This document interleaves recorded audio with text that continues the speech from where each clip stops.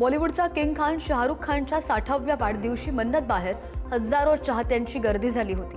पण यावर्षी सुरक्षेच्या वाढत्या कारणास्तव शाहरुखने चाहत्यांची प्रत्यक्ष भेट घेतली नाही। पोलीस प्रशासनाने गर्दी नियंत्रणाच्या अडचणींचा हवाला देत बाहेर न येण्याचा सल्ला दिल्यानं शाहरुखने एक्स पोस्टवर स्पष्ट केलंय, तुम्हाला भेटू न शकल्याने मला जास्त वाईट वाटतंय, पण तुमची सुरक्षितता सगळ्यात महत्त्वाची असल्याचं म्हणत शाहरुख खानने त्याच्या चाहत्यांची माफी सुद्धा मागितली आहे। शाहरुख खानने चाहत्यांच्या प्रेमाबद्दल कृतज्ञता व्यक्त करत त्यांना व्हर्च्युअल माध्यमातून शुभेच्छांचा त्यांचा स्वीकार केलाय। बिहार विधानसभा निवडणुकांच्या अनुषंगाने मुख्य निवडणूक आयुक्त ज्ञानेश कुमार यांनी हिंसेविरुद्ध कठोर भूमिका घेत शून्य सहनशीलता धोरण स्पष्ट केलेलं आहे। निवडणूक आयोग कोणत्याही प्रकारचा हिंसाचार खपवून घेणार नाही आणि प्रत्येक मतदाराला शांत, सुरक्षित आणि पारदर्शक वातावरणामध्ये मतदान करता यावं यासाठी सर्व यंत्रणा सज्ज झाल्याचं सुद्धा त्यांनी सांगितलंय। अधिकारी आणि सुरक्षा दलांना कडक निर्देश देत मतदारांमध्ये विश्वास निर्माण करण्यावर भर देण्यात आलाय आणि सीईसी यांनी बिहारमधील नागरिकांना मोठ्या संख्येने मतदान करून लोकशाही बळकट करण्याचं आवाहन सुद्धा केलंय।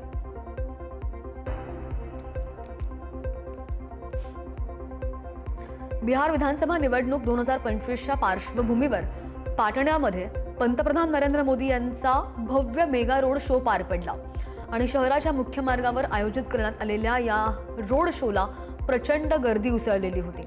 नागरिक आणि भाजप कार्यकर्त्यांनी घोषणाबाजीने परिसर दणाणून सोडलेला होता आणि पंतप्रधानांच्या उपस्थितीमध्ये भाजपने निवडणूक प्रचारामध्ये जोर आणत एनडीएची पकड मजबूत करण्याचा प्रयत्न सुद्धा केला।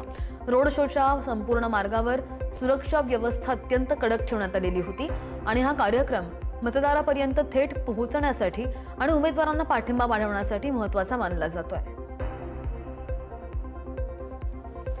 पाटणामध्ये राष्ट्रकवी रामधारी सिंह दिनकर यांच्या प्रतिमेला पुष्पांजली अर्पण करून त्यांना आदरांजली वाहिली गेली आहे। दिनकर यांच्या साहित्यिक योगदानाचं स्मरण करत त्यांच्या ओजस्वी आणि राष्ट्रभावनेने परिपूर्ण रचना आजही प्रत्येक पिढीला प्रेरणा देते असं विधान मोदींनी यावेळी केलं। वीरता, मानवी मूल्य आणि राष्ट्रभक्ती यांचा अनोखा संगम दिनकरांच्या कवितांमध्ये दिसून येतो। हिंदी साहित्य जगतामधील या महानायकाने देशभरातील वाचकांमध्ये देशप्रेमाची ज्वाला चेतवली असं सुद्धा ते म्हणाले। पंतप्रधानांच्या या श्रद्धांजली कार्यक्रमानं निवडणुकीच्या रणधुमाळीमध्ये सांस्कृतिक भावनांना सुद्धा नवसंजीवनी दिली आहे। पंतप्रधान नरेंद्र मोदी यांनी तख्त श्री हरमंदिर जी पटना साहिब गुरुद्वाऱ्यामध्ये माथा टेकून प्रार्थना केली। गुरु गोविंद सिंगजींच्या जन्मस्थळ असलेल्या या पवित्र ठिकाणी मोदींनी देशाच्या प्रगतीसाठी आशीर्वाद मागितलेले आहेत। या दर्शनानंतर त्यांनी लंगर सेवेमध्ये सहभाग घेत रोट्या सुद्धा लाटलेला आहे आणि भाविकांना भोजन वाटलंय। साधेपणानं केलेली ही सेवा उपस्थितांसाठी प्रेरणादायी ठरली। सर्वधर्म समभावाचा संदेश देत पंतप्रधानांनी गुरुद्वाऱ्यामधील पवित्र परंपरांना सुद्धा मान दिला। नितीश कुमार यांनी वैशालीमध्ये घेतलेल्या सभेमध्ये काही स्पष्ट केलेलं आहे।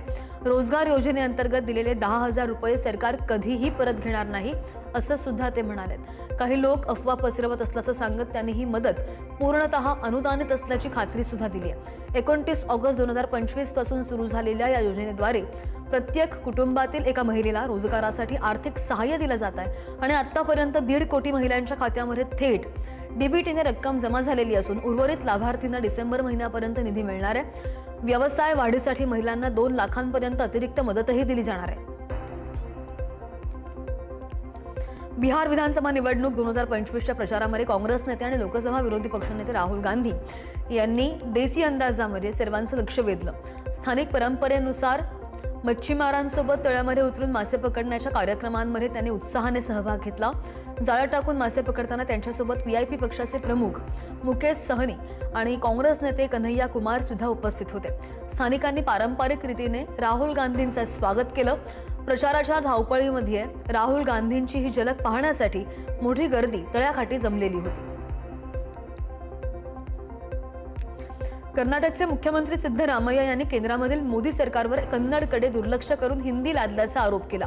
राज्यामधील जनतेला कन्नडला विरोध करणाऱ्यांना विरोध करण्याचं आवाहन सुद्धा केलेलं आहे। केंद्र सरकार कर्नाटकशी सावत्र आईसारखं वागतंय. कर्नाटकच्या स्थापना दिनानिमित्त आयोजित राज्योत्सवामध्ये बोलताना सिद्धरामय्या यांनी अशी टीका केली आहे. इंग्रजी आणि हिंदी आपल्या मुलांची प्रतिभा कमकुवत करते. मातृभाषेला शिक्षणाचं माध्यम बनवणारा कायदा असावा. केंद्र सरकारने मातृभाषेमधून शिक्षण सक्तीचं करावं असं आवाहन सुद्धा सिद्धरामय्या यांनी केलंय. मॉरिशसचे माजी राष्ट्रपती पृथ्वीराज सिंह रुपूण यांनी त्यांची पत्नी संयुक्ता रुपूण यांच्यासह हरिद्वारमधील प्रसिद्ध गंगा आरती केली.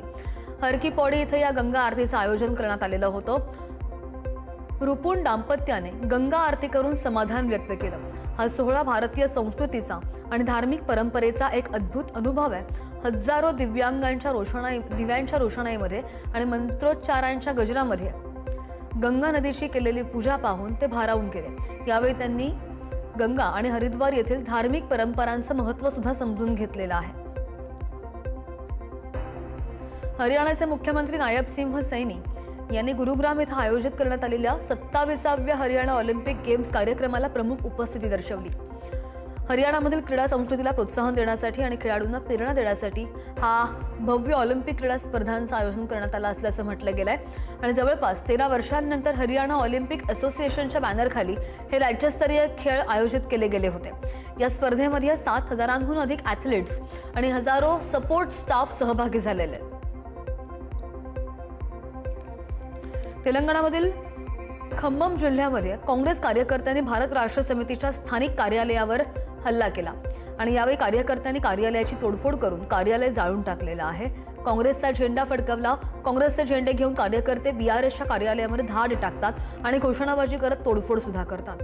आणि यावेळी दोन्ही गटांमध्ये हाणामारी होते. यामध्ये काही कार्यकर्ते जखमी झाल्याची माहिती आहे. आम्हाला आमचं कार्यालय परत द्या अशा घोषणा काँग्रेसच्या कार्यकर्त्यांनी दिल्यात आणि कार्यालयाला आग लावून दिली आहे. अग्निशमन दलाने वेळीच धाव घेत आग आटोक्यात आणलेली आहे. कर्नाटकमधील म्हैसूर जिल्ह्यामधील पेरियापटना तालुक्यामध्ये शनिवारी सकाळी हृदयद्रावक घटना घडली.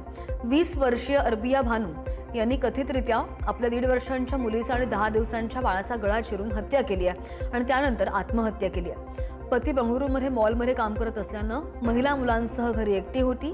पारिवारिक वादामधून हे पाऊल उचलल्याचं प्राथमिक तपासामधून समोर येण्याची शक्यता आहे. पण घटनेमागील नेमकं कारण स्पष्ट करण्यासाठी पोलिसांकडून सध्या पुढचा तपास सुरू आहे. मध्य प्रदेशमधील मंदसौर शहरामध्ये रविवारी पोलिसांनी एका मोठ्या सेक्स रॅकेटचा पर्दाफाश केला. या कारवाईमध्ये पोलिसांनी 8 अल्पवयीन मुलींची सुटका केल्याची माहिती आहे. स्थानिक नागरिकांनी केलेल्या तक्रारींवरून पोलिसांनी एका स्वयंसेवी संस्थांच्या मदतीनं या ठिकाणी छापा टाकला.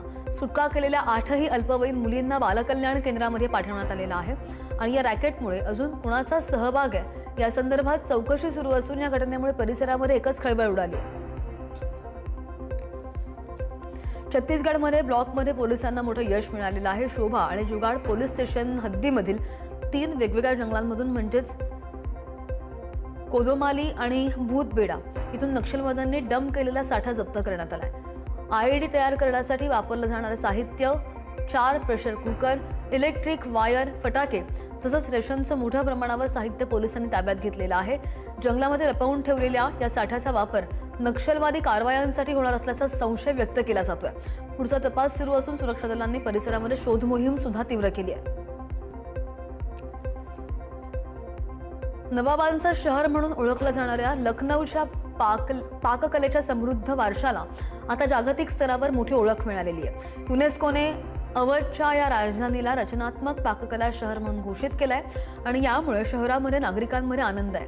युनेस्कोच्या या मानांकनामुळे अवधी पदार्थांच्या विविधतेचा आणि चविष्टपणाचा गौरव झालेला आहे आणि यामध्ये तोंडात विरघळणारे तुंटे कबाब, अवधी केसर बिर्याणी, मसालेदार चाट आणि मिठायांचा सुद्धा समावेश आहे. पिढ्यानपिढ्या जतन केलेल्या या चवींचा अनुभव घेण्यासाठी लखनौ हे खवय्यांसाठी एक उत्तम ठिकाण बनलंय.